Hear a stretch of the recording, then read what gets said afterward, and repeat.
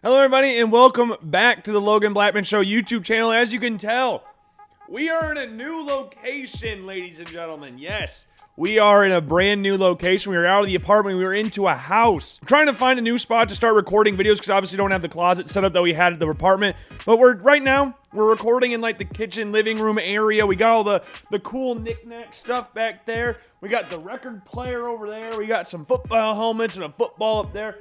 We got my Josh Allen cereal in the corner over there.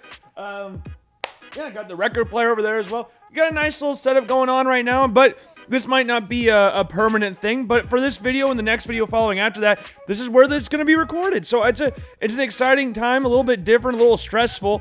But we still got to get some videos out because the NFL season starts on Thursday, September 7th, where the Kansas City Chiefs take on the Detroit Lions. And this video, we are going to discuss the AFC side of the NFL, because obviously this is going to be the NFL season preview video, which we have not done since 2021. We're here now. We're on a nice little stretch of YouTube videos getting posted on this channel, so why as well make sure you are subscribed to the channel. We're almost at 100 subscribers, so I appreciate everybody that has recently subscribed, because before the summer, before the Gold Cup started, we were at like 40. So the fact that we're all the way up at 90-something subscribers is pretty cool. It's pretty cool, and I appreciate everybody that has done that. So let's get to 100. Let's get to the big number of 100. That'd be pretty cool. And also, if you like this video by the time it's up, or even if you like it right now, make sure to hit the like button and go check out some of the other videos on the Logan Blackman Show YouTube channel. You can check out our latest videos, which kind of aged. It's only week one in college football just passed, but the previews for Iowa State, and UNI, especially the Iowa State and UNI ones, did not necessarily start off the way we thought it would going into that week one game between Iowa State and UNI. So if you want to go watch me make an absolute fool of myself during those videos, go ahead and check those out as well. We're going to have our quarterback prospect rankings, our week one quarterback prospect rankings, coming up shortly this week as well, sometime after the NFC preview. I don't know if it's going to be on Thursday or Friday. Time will tell on that. But we've got some fun things coming for you on the Logan Blackman Show YouTube channel. You can also check out the podcast on Apple Podcasts and Spotify. To search Logan Blackman Show, or go check out the link in the description down below. You can also check out links to the different social media accounts as well. And with that being said, let's get right into it. And I feel like there's no better way to start this video than starting with the team that plays on Thursday. And it's the Kansas City Chiefs, starting off with the reigning Super Bowl champions. They're in a kind of a weird situation right now. They're in a very weird situation right now with one of their best players in defensive tackle Chris Jones, who is a top 2 defensive tackle in the league, one of the best defensive tackles in the NFL. Dude's coming off a season where he had 15.5 sacks. And now he's got his contract situation. There's some reports that says he'll sit out the season. There's some reports saying he'll be back by week 8. But either way, that is something that you're going to want to get over the edge. He's a key player, and when you look at the rest of the defense for the Kansas City Chiefs, there's not really that backup option, like star player on defense. Like when Tyreek Hill got traded last year, this is a little bit different than that trade. Yes, Tyreek Hill's a star player, but you still had the likes of Patrick Mahomes. You still had Travis Kelce. You had Andy Reid there. Like on the defensive side of the ball, it's going to be odd. I like the cornerback pairing of Trent McDuffie and L'Jarius Sneed. I like Nick Bolton at linebacker, but you're going to need players like George Karlaftis to take another step this year. Obviously, had a decent rookie season last year, but this week one matchup against the Lions, who are going to try and pound the rock a lot. They got David Montgomery this offseason, obviously drafted Jahmyr Gibbs 12th overall. Whether you feel that's a reach is a completely other discussion, but it's going to be a more interesting game without Chris Jones being there. Now, we've still got a couple days until the season starts, so maybe they get something over the line by then, but the Chiefs having that issue could be, I'm not going to say it's going to be detrimental, and I'm not going to say it's going to completely derail their season, but something that you're going to want to get done because he's such a key player. But on the opposite side of the ball, we've already brought him up before, Patrick Mahomes, Travis Kelce, Andy Reid, Matt Nagy's coming in as the offensive coordinator. Obviously, he was the QB coach last year. Former offensive coordinator of the Kansas City Chiefs and former head coach of the Chicago Bears, coming in replacing Eric Bieniemy, who went over to Washington. The Chiefs should be fine. Offensively, yeah, they lost Orlando Brown, but they bought in Donovan Smith from the Tampa Bay Buccaneers. They also signed Jawan Taylor from the Jacksonville Jaguars. Like, they'll be fine offensively. Their receiving core is kind of a mishmash of receivers, but as you saw last year with Patrick Mahomes winning an MVP, leading the league in passing yards, and winning a Super Bowl, he doesn't necessarily need that big-name star wide receiver. If you want to include Travis Kelce, like, in that conversation for being a wide out, even though he's technically a tight end. That works. Like, we're talking about receivers. Because offensive weapons is a different conversation, because obviously you got Travis Kelce, the best tight end in the NFL to some people out there, to most people out there, I should say. But you got like Kadarius Toney. If he can stay healthy, he's a very good option out wide. Rashee Rice, the rookie from SMU. You've got Sky Moore from Western Michigan last year. Like, you've got options in the receiving core. Yes, you lost Juju Smith-Schuster, but it's still the Kansas City Chiefs. It's still Patrick Mahomes. They'll still challenge for a Super Bowl. They'll still win the division. I'm not really worried about that. Oh, gee.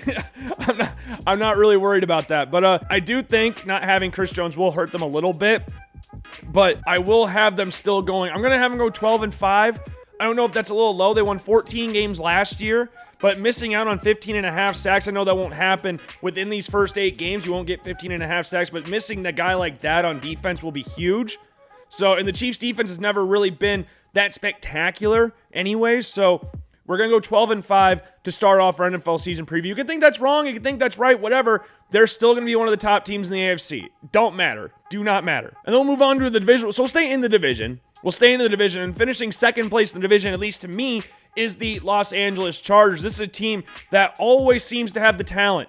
Always seems to have talent on paper, but for whatever reason, they just can't get it all together. This is the only team I can think of in NFL history that has missed the playoffs while having the number 1 ranked offense and the number 1 ranked defense. Like, this is it, and it's just a constant theme. Like, you think, oh, they're in LA now, so they'll all those problems be left behind. And then no, you see the Jaguars playoff game last year. You see whatever happened in the Raiders game a couple years ago when they missed the playoffs. Like, it's a weird team, a talented team. Talented team led by Justin Herbert, who just got a massive contract extension. They drafted Quentin Johnson from TCU. Will add another threat out wide with Keenan Allen getting a little older, and the lack of real health in the receiving core the Chargers have seemed to have over the recent years. Like Keenan Allen, Mike Williams have battled some injuries. You got Gerald Everett at tight end. Rashawn Slater should be back and fully healthy on the offensive line, which is a big plus for them. And then on the defensive side of the ball, you got a couple good players, like Derwin James is a very good player. Joey Bosa, very good player. But you're going to need players like J.C. Mack and Khalil Mack to get back to their form from previous years. I don't think when people saw him get signed by the Chargers from the Patriots last offseason, that they thought he'd get benched at any point in the season. So they're going to need him to get back to full form. They obviously have Asante Samuel Jr. there as well. They brought in, I don't know why I was strong. I almost said Ian. Eric Kendricks. I don't know why his first name wasn't popping in my head. Eric Kendricks. And you also got Tuli Tuipulotu from USC in the edge rusher spot. So you've got talent. You brought in Kellen Moore from Dallas, which is an upgrade on Joe Lombardi, who we'll get to here shortly. But I don't know. The Chargers are just an odd team. Just a very, very odd team. Like, yeah, they should be really good. They should be one of the best teams in the NFL. They got the quarterback. They got the weapons. The O-line's improved. But there's just something about them. It's just something always about them. I don't think they're going to be a bad team or anything this year, but I don't want to guarantee anything about going to the playoffs because the AFC is freaking stacked this year. So it's going to be a rough season, or not a rough season. A rough season makes it sound like I'm going to say below 500. We're not saying that. But it could very well be Brandon Staley's last year. In my opinion, he was lucky not to get the sack when he lost to the Jaguars in the playoffs. All the offensive staff did. They fired the OC, quarterback coach, literally everybody on the offensive side of the ball.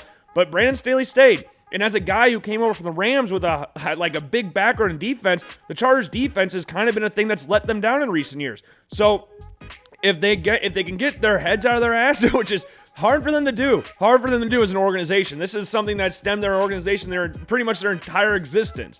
So if they can do that, they could be a lot better than the record I'm about to say. But right now, I'm going to say 10-7 for the Los Angeles Chargers. I don't even think that's a bad prediction. I don't even think that's a bad record prediction for them. But who knows if they make the playoffs? Again, the AFC's freaking tough this year. And the next team on the docket we got here is the Denver Broncos. One of the more disappointing teams last year. Like, you bring in, I remember like the season prior, like it was all about if they get a quarterback and they get a new head coach, this team's going to be something. Like, they went all in to go in for Aaron Rodgers last season, like bringing in Nathaniel Hackett, but they couldn't get that over the line. So they ended up bringing in Russell Wilson, a guy who has been to Super Bowls, who's won a Super Bowl, who's insanely talented. And you just look at that and you're like, man, the Broncos have something here. They got the head coach. They got the quarterback. Like, this is all going to work together this year. And to say it didn't would kind of be an understatement, wouldn't it? Like, you look at the Broncos offense last year, you averaged 16 points a game. Iowa Hawkeyes level offense right here. And it was kind of sad the way it just went because it was there was a lot of or not, I shouldn't say a lot. There was a decent amount of hype going into the season because obviously people knew about the Chiefs and the Chargers were going to be solid. So it wasn't like, oh, they're going to go 17-0, they're going to make the Super Bowl. But most people out there were predicting them to make the playoffs. They didn't even do that. They didn't even do that. So the expectation this year is to at least challenge for a playoff spot. There's a lot of things to work on there. You got Sean Payton coming in, already calling out Nathaniel Hackett, going like, everything they did last year, we're not going to do that. We're going to do the exact opposite of that. And the thing is with the Broncos, yes, you're getting Javonte Williams back from injury, which is big. You brought Samaje Perine in from Cincinnati. Good running back tandem there. You brought in Mike McGlinchey at right tackle. So a solid tackle tandem right there. But the receiving core, it just can't stay healthy. That's been a common theme for the Broncos in recent years. Like, Jerry Jeudy could miss significant time. You got Tim Patrick on IR again. He tore his ACL last year. He had his Achilles injury this year, so he's on IR again. Cortland Sutton's still there, though. So you've got options out wide. You got Marvin Mims from Oklahoma as well. Almost forgot about him. You got Greg Dulcich at tight end. Like, you've got options on offense. But it's just, you got to improve. It's just got to improve. It cannot be any worse. Literally, it can't be. Because you were the last place offense in the NFL in points per game. It can't get worse than that, can it? It can't. It can't. It can't, can it? Can it get worse? I don't know. I mean, the Browns won one game 1 year, and they ended up winning the next season with 0. So maybe it can get worse for Denver, but defensively, they got solid pieces there. I mean, you got Patrick Surtain, one of the best cornerbacks in the NFL. You got Justin Simmons there as well. And you brought in Zach Allen from Arizona. You brought in Frank Clark from Kansas City. Like, you got pieces on defense. The defense should be fine, but that offense is it's gonna be interesting. Joe Lombardi, the guy we brought up with the Chargers earlier, comes in as the offensive coordinator, who we talked about not being great in LA last year. Maybe he's perfect for whatever Denver wants to do. They need to improve offensively. They can't be much worse than what they were last year, can they? But in a tough division with the Chiefs and Chargers, in a tough AFC, this could be an interesting season for Denver. I'm going to go somewhere around the 7-8 win mark. We're going to go 7-8 wins. So 7-10 or 8-9. I'm going to lean 8-9. Because I don't think playoffs are in the future, but I do think this team will be improved from what they were last year from the walking dumpster fire that was last season. And we should have known right away. With that weird timeout situation against the Seahawks week 1 last year, we should have been clued in that it was going to be a rough season, but yeah, I can't really see it being much worse than what it was last year. I'd expect some improvement, so 7-8 wins this year I think is fair. Going up from, I think, the 5 wins they had last year, I think just some improvements needed in Denver for this season. And then no surprises here. The last place team we're going to predict here is the Las Vegas Raiders. They obviously went with Jimmy Garoppolo this offseason at quarterback, who's familiar with Josh McDaniels' system, obviously playing with him in New England. But man, his foot's messed up, and the guarantee of him playing an entire season is pretty much zero. Pretty much zero. And would you sit here and tell me right now that he is an upgrade on what they had previously in Derek Carr? If anything, it's like a 50-50 shot, but I would lean towards Derek Carr being better. But the rest of the team, outside of the quarterback spot, didn't get any better either.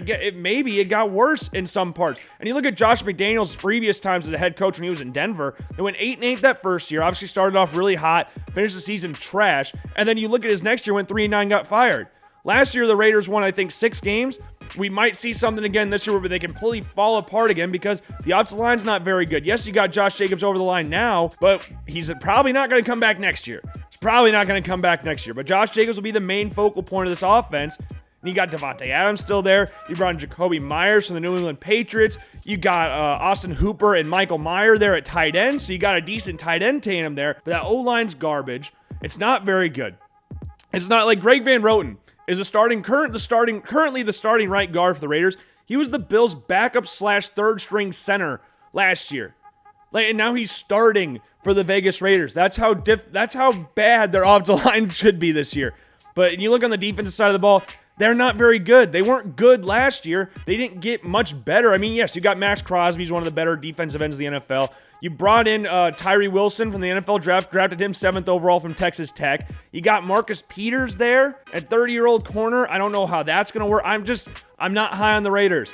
And Jimmy Garoppolo, when he gets hurt, it's not really an if. It's more of a when he gets hurt, especially playing behind that offensive line. Is Aiden O'Connell going to be that guy that can get them over the edge? Can he be the guy that can be the long-term successor to Jimmy Garoppolo? I guess time will tell, because Jimmy ain't no long-term answer. I know he's got connections with Josh McDaniels from the past, but good Lord, I'm not really high on this team, especially Josh McDaniels in year 2. I'm not high on Josh McDaniels in general, but goodness, I'm not high on this team right now.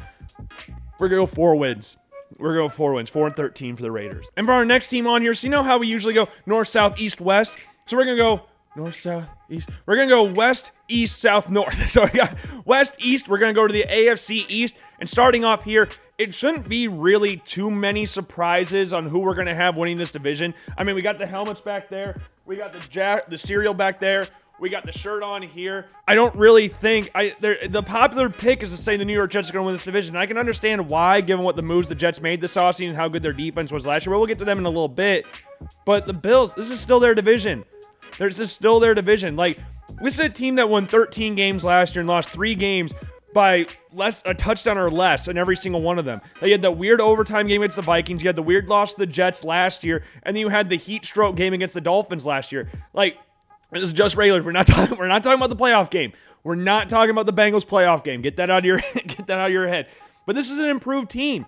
Like, one of the Bills' biggest issues going into last season was the offensive line. Entering Connor McGovern from the Dallas Cowboys, entering Osiris Torrance, who's going to be battling with Ryan Bates for that starting spot there at right guard. Like, that is an improvement right there. But you're going to need to see Spencer Brown, you and I, grad. I was in class with him, so we're basically like best friends. But you're gonna need to see Spencer Brown take that step this year. He had a back injury last offseason and never really fully recovered, I don't think, from that. So I think we're gonna see the better version of Spencer Brown this year. But if he struggles again, this would probably be his last year in Buffalo, I would imagine, at least as a starter. I know the front office likes him. I know the coaching staff likes him. But if he doesn't improve his play, I could see them going in another direction this year. I was kind of surprised they didn't go for a tackle in the draft or they brought in Jermaine Ifedi from Texas A&M, who was drafted in the first round a few years ago. But I thought they would go someone to actually challenge him. At least that's what I thought what they would do. They ended up drafting Dorian Williams from Tulane in the 3rd round. They passed on DeJuan Jones from Ohio State, who ended up going in the 4th round. One of the better right tackles in the preseason. Like, he had a really good preseason. Monster of a dude, too. But we'll see how Dorian Williams fits on the defensive side of the ball. He will be one of the people trying to replace Tremaine Edmonds. Right now, he's basically serving as Matt Milano's backup. And Tremaine Edmonds is going to be a big loss. But for the money that he went for this offseason, I'm kind of okay with the idea of him playing in Chicago next year. It's a big loss. It's not going to be easy to replace him. But, yeah, the money wasn't there. The money wasn't there for him this offseason in Buffalo. But sticking on the defensive side of the ball as well, like Von Miller, yes, is going to be coming back from a torn ACL. Greg Rousseau's there to expect him to take another step this year. The secondary is fully back and healthy. Trey White has a full offseason, fully recovered. You got Micah Hyde, who missed all of last season, past week 2 last year. You got Jordan Poyer back. You got Dane Jackson, Kyrie Elam, Christian Benford in the other cornerback spot. And DeMar Hamlin's back. We already know what happened with the DeMar Hamlin situation, but he's back, and he earned a spot on the roster. It's not one of those like pity point roster spots for DeMar Hamlin. He earned, the way he played in the preseason, he earned this roster spot. And then you got Taylor Rapp there as well. Brought him this offseason from LA. That's a great backup option at safety. So he'll be the number 3 option behind the likes of Poyer and Hyde. And then you got DeMar Hamlin behind Rapp. But that defense is good. The defense will still be good. You got Sean McDermott taking over the defensive responsibilities with Leslie Frazier leaving this offseason. Like, there's going to be excitement on the defensive side of the ball. The Bills' defense will always be solid. It'll always be solid. On the offensive side of the ball, Josh Allen's still there. Stephon Diggs is still there. Captain Gabe Davis is still there. I want Gabe Davis to take another step this year. He had an up and down season last year, but he's got talent. Let's just see him put it all together for a full season. You obviously drafted Dalton Kincaid in the 1st round this year. You obviously brought up Osiris Torrance in the draft. Like, you got some good options. Dawson Knox still there. The running game's going to be interesting past Josh Allen. James Cook is lined up to be RB1 this year in Buffalo. Let James Cook. That's all I'm going to say. Devin Singletary went down to Houston. You brought in Latavius Murray and Damian Harris, this offseason. Naheem Hines obviously had his jet skiing accident where he was on a stopped jet ski and got ran into by someone else. But this team, I think, is still the cream of the AFC East. As again, this is a team that lost 3 games last year, all by less than a touchdown or less last year. They'll be better. They'll be a good, I shouldn't say better. I shouldn't say like their record will be better or anything, but they're going to be one of the top dogs still. Or maybe this is extremely biased, and I'm fine with being accused of being biased for this video, but I think the Bills will go 13-4. I think they'll go 13-4 this year. I think that first part of the season, minus that Jets and Dolphins game, is relatively easy. That last part of the season where they play the likes of the Eagles, Bengals, Chiefs, Cowboys, like Chargers, like there's a tough stretch towards the end of the season. But that first part, I think the Bills could rack up a lot of wins there. And yeah, I think they'll be one of the upper echelon of the AFC, especially when Von Miller gets back in the fray. So yeah, 13-4. And then second place team in the AFC is we're going to the New York Jets. Again, a lot of people's favorite to win the division. I can see why. I can see why. You brought in Aaron Rodgers this offseason to replace Zach Wilson. You got in Dalvin Cook to pair up with Breece Hall in the backfield. You've got good receivers. You got Garrett Wilson Offensive Rookie of the Year, reigning Offensive Rookie of the Year. You brought in Aaron Rodgers' friends, Allen Lazard and Randall Cobb. But I remember for years we were talking about how Aaron Rodgers has no weapons, and now we've got his same receiving core that he had in Green Bay. We're just getting all of Aaron Rodgers. We got Nathaniel Hackett as his offensive coordinator. So unlike the Broncos last year, they went Project Rodgers, got Hackett in, and Rodgers like, hey, I want to go there now. So this close, Denver. This close. But yeah, Rodgers going to the Jets is obviously big. It's obvious. I'm not going to pretend like it's not big. And the Jets are going to be good defensively as well. Quinnen Williams just signed a contract this offseason. You got a great cornerback pairing of Sauce Gardner and DJ Reed. Like, they're going to be good defensively. We know that they're going to be good defensively. They drafted Will McDonald from Iowa State at pick 15 this year. A little bit of a surprise pick, but very good player. Big 12's all-time leading sack getter. So the Jets will be good. The Jets be good, or this thing will completely burst into flames. Like, this could be a great thing on paper, an absolute ass in reality. But we'll have to see week one. That week one matchup against the Bills in Jersey is going to be interesting.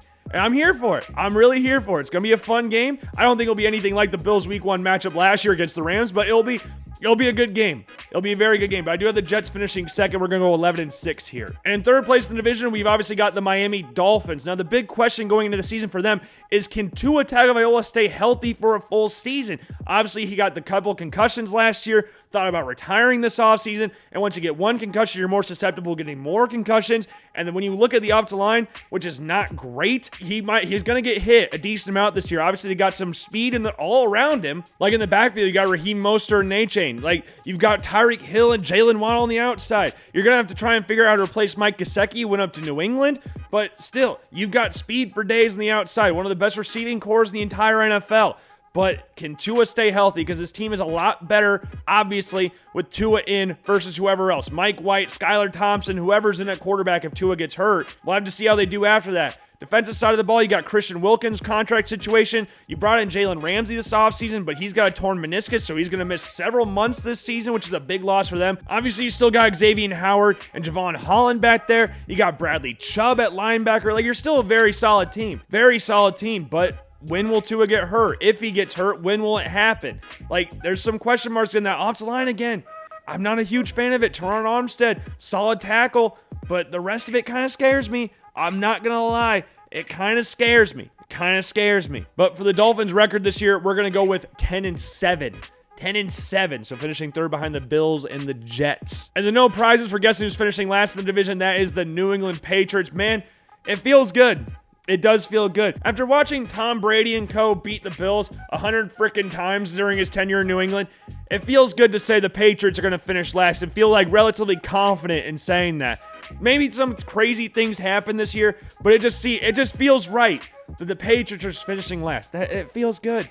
It feels good. And right now, there's some big question marks on the opposite side of the ball for the Patriots. So last week, after the preseason, they cut every quarterback apart from Mac Jones. They cut Bailey Zappi. They cut Malik Cunningham. Like, they cut all their backup quarterbacks. They were just like, hey, we're going to roll with Mac Jones, and that's it. And they brought in Matt Corral, who's recently cut from the Carolina Panthers, to be Mac Jones' backup. I think they brought Bailey Zappi back. They brought in Bill O'Brien, is a big get for the Patriots. He's obviously worked with Belichick before, so we'll see how that goes. A huge upgrade. Like, Bill O'Brien's not the greatest coach of all time, but when you look at what they had offensively last year, and you look at freaking Matt Patricia and Joe Judge trying to call an offense, like, the offensive coordinator position is much improved from last year, but the rest of it's just weird. The O-line's not great. You did bring in Mike Gesicki this offseason like we talked about before. You brought in Juju Smith-Schuster, who, per reports, I saw Albert Breer posted something about this, his knee could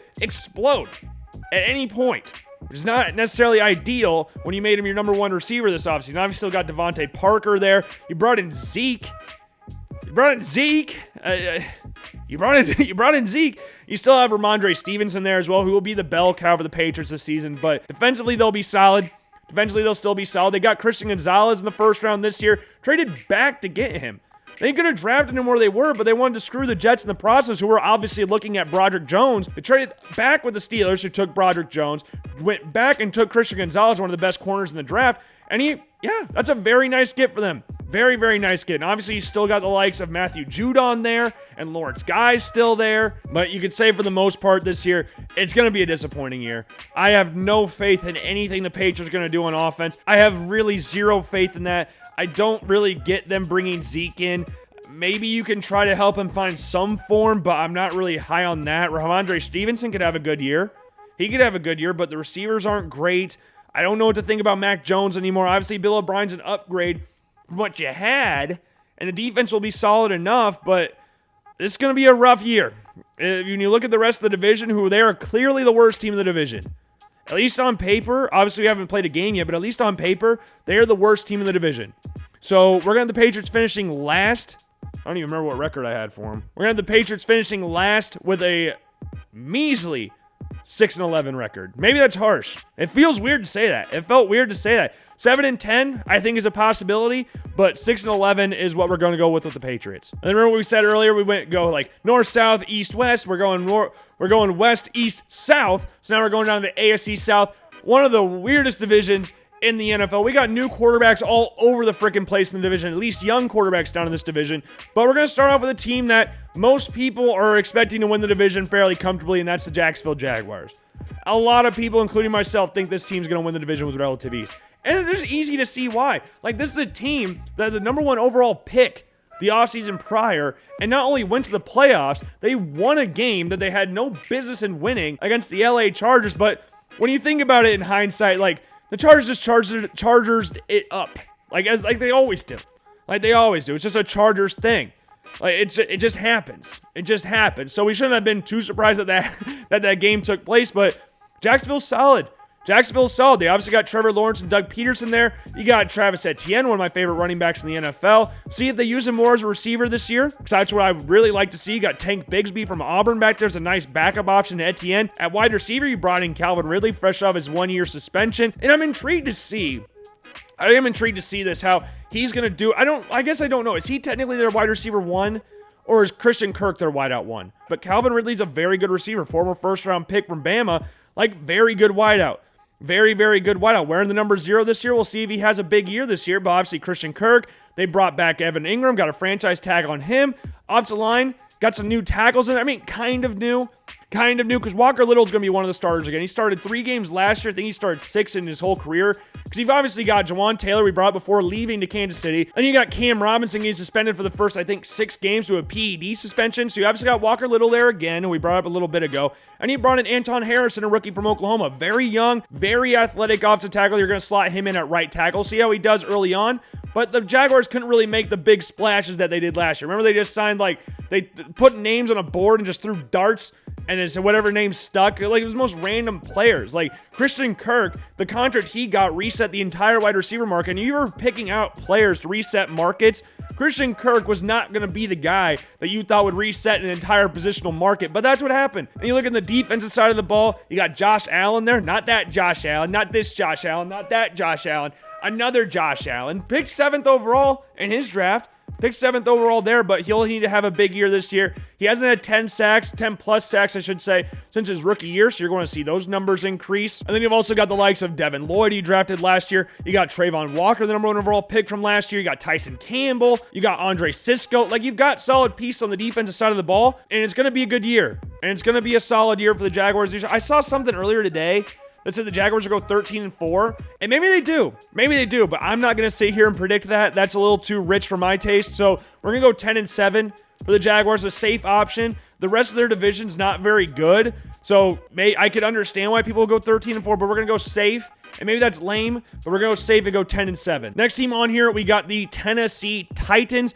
a team that pushed the Jaguars all the way to the brink last season as far as a playoff push. They did that with the likes of Josh Dobbs at quarterback, just recently signed in Arizona. So maybe you should look at the Titans this year and go like, they should be better than what they were last year, but there's a lot of new faces. They cut a lot of key players this offseason, got a whole new offensive line pretty much, at least 3 new pieces on the O-line. You drafted Peter Skoronski from Northwestern at 11. You brought in Andre Dillard, former first round from Philly, got him in this offseason to replace Taylor Lewan, and then you got Daniel Brunskill there as well. But this team's brand new. You brought in DeAndre Hopkins this offseason to get a big splash. Like, it's so funny. New GM, I should say, Rand Carthron, coming in to replace recently, the guy who was fired 2 days after a guy that he traded to another team absolutely dicked on him on his first game against his former team in the form of AJ Brown. Like, there's part of me that kind of feels bad for John Robinson. Part of me, obviously, not really. She made the trade, so he watched it bust all over you right in front of you, and he got fired 2 days later. That's the funny part about it. I didn't even realize that until I was looking it up earlier. Like, that he got fired 2 days after the Titans played the Eagles, and obviously they traded AJ Brown to the Eagles for that first-round pick, which they ended up using drafting Treylon Burks, who's very talented. Just need him to stay healthy. And I think having him next to, again, DeAndre Hopkins, which was just a weird place for him to go. I don't think anybody thought DeAndre Hopkins was going to Tennessee. At least I didn't. Maybe there were people out there that did. I sure as hell didn't think he was going to Tennessee. And then you got the likes of Derrick Henry there as well. Main focal point of the offense, obviously. That's the way they want to run things there. So I'm intrigued to see how this pass offense works. So when you have a guy like DeAndre Hopkins, you're going to have to pass the ball a lot more than what you did previously. But who's going to be the quarterback? Is Tannehill going to be healthy the entire year? Because that was something they struggled with last year. You obviously drafted Will Levis in the second round, but he struggled to beat out Malik Willis this offseason. Hasn't even beaten him out yet. I like Malik Willis a lot. I'm glad he's improved. At least he showed sign of improving this preseason. But if Tannehill gets hurt, who will be that first guy in, and will they be able to, sustain some sort of success this season with all these new faces that they brought in? Then on the defensive side of the ball, you brought in Sean Murphy-Bunting from Tennessee. You brought Arden Key in from Jacksonville. Still got Jeffrey Simmons there. You got Amani Hooker there from Iowa there still. But I'm not very high on the Titans. I'm just not very high on them. I'm sorry. So we're going to have them go. They could get better than this, and I know this prediction's probably a little mean, but we're going to go 6-11. Is that mean? Is that a mean prediction? I don't think it is, but maybe it is. Maybe they go 7-10 or 8, maybe even 8-9. Maybe they push for a playoff spot. I don't really see that, but maybe they do. Maybe they somehow do. We could have a completely new era of Tennessee Titans football where we start passing the ball more, but who knows? Who knows? I got 6-11 for the Titans. And the next team on this list, we got the Houston Texans. We got a new regime here. We got the next 2 teams we got here. We got whole new people in. We got D'Amico Ryans coming in, former defensive coordinator for the 49ers, and obviously a former player of the Texans. This is a great hire for the Texans. They finally got some stable legs at head coach. The past 2 years, they just hired random people, it seems like. They hired Lovie Smith. They obviously had David Coley there. It was just we knew David Coley was going to get fired, which is super unfortunate, but it was like, he's going to be scapegoated. He's going to be the guy that everybody looks to because he's the head coach, but he only took that job because no one else wanted it. No one else wanted that job. No one in their right mind wanted that job. But you got some stability there at the head coaching job. At least you hope. And you got a quarterback. You got C.J. Stroud second overall. Forget what all the pre-draft rumors were, where C.J. Stroud was going to start falling in the draft. The dude's good. But C.J. Stroud's in. You got an interesting receiving core. Mix some old and new guys. You got Nico Collins still there. You brought in Robert Woods and Noah Brown this offseason. You also got John Mechie making his debut this season. Obviously, he just recovered from leukemia last year. And then you drafted Tank Dell and Xavier Hutchinson. Yeah, Xavier Hutchinson. Why was I stuttering with that? Xavier Hutchinson from Iowa State. So you got like a weird mix of receivers, but a solid core. And you got Dalton Schultz in from Dallas. You've obviously got Titus Howard and Laramie Tunsil at tackle. So, you've got pieces there, and obviously got Damian Pierce, the rookie, second-year guy from Florida who had a really good year last year, and he brought in Devin Singletary to be his backup, a nice 2-1-2 running back tandem right there. So, yeah, offensively, they're going to run the ball a lot, I would imagine. You got a rookie quarterback, a defensive-minded head coach. It just screams you're going to run the ball, especially when you got running backs like that back there. So that's going to be the main focal point for the Houston Texans offense. Defensively, though, you've got the likes of Will Anderson there. You traded back up with the Arizona Cardinals to draft him, which it'll be interesting to see how that affects them in the draft next year.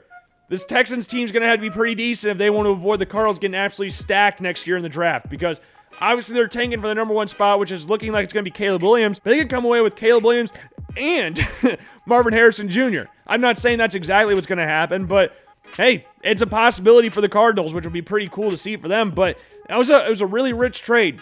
Very rich trade for the Houston Texans to get Will Anderson, but that gives you a staple on the defensive line, on the edge rusher spots, which is something that the 49ers did a lot of building from and which saw a lot of their success stem from was a defensive line, and that's where DeMeco Ryans is coming from, so that's what he's going to want to build here in Houston. And speaking of the 49ers, he also brought in Jimmy Ward at safety to pair with Jalen Petrie, who's had a very solid rookie season last year. You also brought in Sheldon Rankins this offseason, and you're also hoping that Derek Stingley can stay consistent and stay on the field this season, which is something that's been kind of an issue for him in recent years, not just dating in the NFL, but going back to college as well. Like, Derek Stingley's got all the talent in the world. We'll just need to see it fully on display for a full season because he can play. But I don't think this Texans team is going to be very good this season. This season's not going to be great, but you got the foundation. You got the building blocks there. You got the building blocks, which is good. You got a new head coach, new quarterback, new edge rusher. Those are the three big things for an organization. So you got those pieces. The future could look kind of bright for you. But for right here and now, we're just going to say 4-13. I don't think it'll be great this season. And speaking of new regimes, you got the Indianapolis Colts, who obviously brought in Shane Steichen from the Philadelphia Eagles, former OC there, who's instrumental in helping develop Jalen Hurts and turning him into the quarterback that he is right now. And they've got a guy who's very raw, but is very talented. Insanely talented in Anthony Richardson, who's going to be thrown in the fire week 1. And I kind of respect him for that. Because you're not going to do it. Like, look at what happened to Trey Lance. Just look at that situation. I'm not going to say it was going to be the similar situation with Anthony Richardson and Trey Lance, but look what happened there. Play him early. You got Gardner Minshew there, so if things start to go south and he's just really bad, you got Gardner Minshew there, but let him take his bruises early. Let him take all his bruises. And this draft that the Colts had was a very interesting one because they went all freak athletes. It's not just Anthony Richardson, but you look at the second round, they got Julius Brents, the cornerback from Kansas State. You got Josh Downs from North Carolina. You got Blake Freeland, the outside tackle from BYU. And they got Adebaro from Northwestern as well. Like, just really good athletic players. And this is the youngest team, I believe. If I remember seeing that right, this is the youngest team in the NFL. So there's a lot of hype going into the season, at least for the future for the Indianapolis Colts. The team could be competitive, but the offensive line scares me. The offensive line is a little bit of a struggle point for me. Yes, you still got Quentin Nelson there, but it's still a little scary. And with a quarterback as raw as Richardson, you're going to have some ups and downs. And with no Jonathan Taylor there potentially, at least for the first 4 games, like you got Zach Moss, who's recovering from a broken arm. You got Deion Jackson there. You got Evan Hull from Northwestern. So we'll see how the running game is balanced out there, but it's going to be a little bit of a rough patch early on. Maybe they start building momentum later in the season, but it's going to be rough for portions of the season. And the receiving core, you got Michael Pittman, you got Alec Pierce. We obviously brought up Josh Downs, but we're going to have some trying times this year, but I think the future will look bright for the Colts. But for the defensive side of the ball, like we obviously talk about the talent they have in offense, like for the future, raw, but talented people on offense. But on defensive side of the ball, you got Shaq Leonard still there. You got DeForest Buckner still there. Like, you got some pieces there, but overall, it's just not that insane of a defense. So with mixtures of the Colts being insanely young and raw on the offensive side of the ball and being just all right at best on the defensive side of the ball, I don't think it's going to be an amazing year for the Colts. Maybe they're better, but them being so raw makes them kind of a little bit harder team to like get a real gauge from. But I think they're talented. I think the offense could be fun to watch. There'll be some struggles, but I think it'll be fun to watch. We're going to go 4-13 for the Indianapolis Colts this season. And then the final division we've got going on here is the AFC North. We got the Cincinnati Bengals finishing on top here. There's no real prizes for guessing why the Bengals are going to finish top here. I mean, you got Joe Burrow still there. He's coming back from a calf strain, so we'll see how how fully back he is at the start of the season. That Week 1 matchup against the Browns could be very interesting.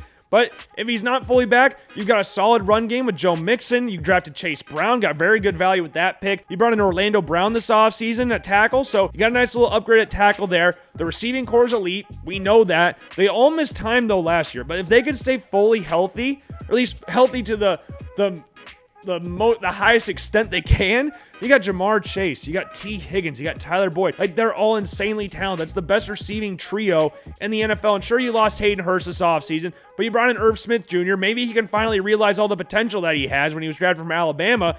So much hype that he was even allowed to wear 84 in Minnesota, which is a damn crime that was allowed to happen. But it happened. It happened. We can't pretend it didn't happen. But the offense will be good. And the defense, it'll be interesting to see how they balance the defensive side of the ball. They lost some pieces there, especially in the secondary. You look at Von Bell left, Jesse Bates left, but you got Nick Scott coming in at safety from the LA Rams. You got Chidobe Awuzie coming back from a torn ACL. You also drafted DJ Turner from Michigan at corner, who's an absolute burner on the outside. You got Miles Murphy in the first round of the D-line to partner up, or to sit behind, I guess, early on. Sam Hubbard and Trey Hendrickson. Good people to learn from. Very solid defensive front. Nothing like flashy or amazing on the defensive side of the ball, but they're just solid. They're a solid defensive unit with a good defensive coordinator, but we'll see how they all balance out this year. But I think it's fairly safe to say the Bengals will still win the division just because of what they have on offense, and we're going to say the Bengals go 12-5 this year. The next team we're going to talk about here might surprise some people, but we were going to go with the Pittsburgh Steelers. I like the Steelers. I like this. I don't like them as the fact oh, go Steelers. I like them for what the talent they have on the roster. I like Kenny Pickett. I'm expecting him to take a nice little jump this year in year 2, as most quarterbacks do. He looked good in the preseason again, but I'm excited to see what Kenny Pickett can do in year 2. Him and George Pickens looked really good together at portions last season. George Pickens, just a very talented receiver. Very talented receiver. And you also got Deontay Johnson still there. Got some drop issues, but a solid receiver nonetheless. You brought in Allen Robinson as well. The run game, you still got Najee Harris there. You got Jalen Warren there as well to back him up. You've improved the offensive line, which is big, bringing Isaac Sumelo from the Philadelphia Eagles, drafting Broderick Jones. I don't know if he's listed as tackle number 1 on the roster, but he'll get some playing time shortly enough. But you improved there, which is big for the Steelers, and they'll always be solid defensively. As long as TJ Watt and Minkah Fitzpatrick are kicking it, they'll be a solid defensive unit. And then not to mention they just drafted Joey Porter's kid, Joey Porter Jr. in the second round. Love a little nice family story there. Like the Chicago Bears were like, hey, no one would ever trade a second round pick for Chase Claypool. No one would ever do that. But we're thinking ahead. We're going to say, hey, go sentimental. You draft Joey Porter Jr. You do that. And you also brought in Patrick Peterson this offseason at corner as well. I like the Steelers. I don't think they're going to be like a world-beating team, but they're solid enough to make some noise in the regular season. I don't know if they do anything in the playoffs, but make some noise at least in the regular season. Mike Tomlin never had a losing season to my knowledge, so we're going to keep that streak up here. We're going to say the Steelers finish 11-6. Maybe that's a little rich. But we're going to say 11-6. And the third team we're going to talk about here is the Baltimore Ravens. The big thing here is newly paid man Lamar Jackson. Can he stay fully healthy? That's the thing here. This dude is their entire offense. And they realize that. They paid him like it. They brought in all new receivers this year. They brought in Zay Flowers from Boston College, which is an awesome draft pick. You brought in OBJ. You got Nelson Aguilar coming in. Rashad Bateman still there. You got 4 former first-round wide receivers on the Baltimore Ravens, not to mention Mark Andrews is still there. I just need to see Ronnie Stanley and J.K. Dobbins stay healthy. That's all I really want from the Baltimore Ravens. We know what they've got out wide, which is nice that they have all that now because they've never really seemed to have a solid receiving core around Lamar Jackson, but now they've got those pieces there to pair with Mark Andrews out there. I just need to see some people stay healthy. Lamar, need him healthy. He's one of my favorite players in the NFL. I just want to see him healthy because that team's completely different when he's not there. This is completely different when he's not there. Like the defense, you got some solid players there. The linebacking core is really good with Roquan Smith from Chicago. You got Patrick Queen there. You got Odafe Owe at one side. You got a hopefully healthy David Ojabo on the other side. Secondary, Marlon Humphrey's going to be out for a little bit with a broken foot or a foot injury. I guess I shouldn't say broken foot. And obviously let Marcus Peters go to the Las Vegas Raiders. So you got some question marks in the secondary there, but Kyle Hamilton's still there. Andrew Brown and Ronald Darby this offseason, a very nice depth piece for the cornerback spot. And he also brought in Jadeveon Clowney. Very solid pickup, not a starter guy, but very solid pickup. They got him sitting right behind David Ojabo, I believe, in the depth chart right now. But solid get. But if Lamar Jackson can stay healthy and he works well in this Todd Monken offense, which I think he will because this goes back to when he was playing down at Louisville. I understand this ain't college, but this offense can be really fun to watch this year, especially if Lamar stays healthy. But we're going to go safe. We're going to go 11-6 for the Baltimore Ravens. And the final team we're going to talk about here is the Cleveland Browns. And obviously the big question going into the season, what form of Deshaun Watson are we going to get? Are we going to get the elite version that we saw a few years ago? Or are we going to get the Deshaun Watson that we saw last year? Now, last year he's just played 6 games in 2 years. And we obviously know why he's played 6 games in 2 years, but we're going to need to see some vast improvements from Deshaun Watson in the pass game this year. And there's not like an insane amount of wide receivers around, like elite wideouts around him, but you got Amari Cooper there, who's a very, very good wide receiver. He's looking to become the Browns' first ever. I didn't know this till last night. He's looking to become the Browns' first ever back-to-back 1,000-yard receiver. Yeah, and we're not just talking 99 to now. We're talking about like their entire history. Their entire history, they've never had back-to-back wide receivers, right? It's insane. And then you brought in, obviously, Elijah Moore this offseason. You drafted Cedric Tillman. You got Donovan Peoples-Jones there at wide receiver as well. Like, you got pieces to throw to. And obviously, you got one of the best running backs in the NFL, Nick Chubb. You got a solid offensive line to block for him. So it's going to be the Nick Chubb show. So it's going to take some pressure off. You got Kevin Stefanski there, who may be on his last wings here in Cleveland. At least I would think so, right? Especially if the Browns finish last in the division and don't make the playoffs. Like, I think there's a real shot that this might be Kevin Stefanski's last season as the head coach of the Cleveland Browns.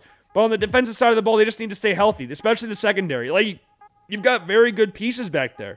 Like Denzel Ward, very good corner, very, very good corner. You got Grant Delpit back there. You got solid pieces. And then you got Myles Garrett, obviously, on the defensive line. The Browns have all the pieces to be a good team. But this division's tough. The AFC is tough. It's going to be a rough year, but we're going to go 9-8 for the Cleveland Browns. And that's what we've got for you. That's what we've got for you for the AFC edition of the Logan Blackman Show 2023 NFL season preview. I do hope you enjoyed. Obviously, they're not going to be accurate. That's why we had the bad hat on. That's why we have the bad hat on, because we know these predictions are not going to age well. They're probably going to age like milk, but we're here for we're here for the show. We're here for the show. The AFC is completely stacked this year. So, yeah, that's what we got for you. I hope you enjoyed. If you didn't, I sincerely apologize. It'll probably be better next time. Let me know down below how you think your team will do this year. Let me know how I did on my prediction. You think they're shit? You think they're good? Just let me know. I don't care as long as you just let me know. That's fine. That's fine. But that's all I've got. That's all I've got. We're going to have an NFC preview coming up for you shortly, so make sure you stay tuned for that. Make sure you subscribe to the channel to make sure you catch all Logan Blackman Show video updates. And check out all the links in the description down below, mainly the podcast, which, again, you can check out on Apple Podcasts and Spotify. And, yeah, I've been Logan Blackman. I will see you all later. Peace.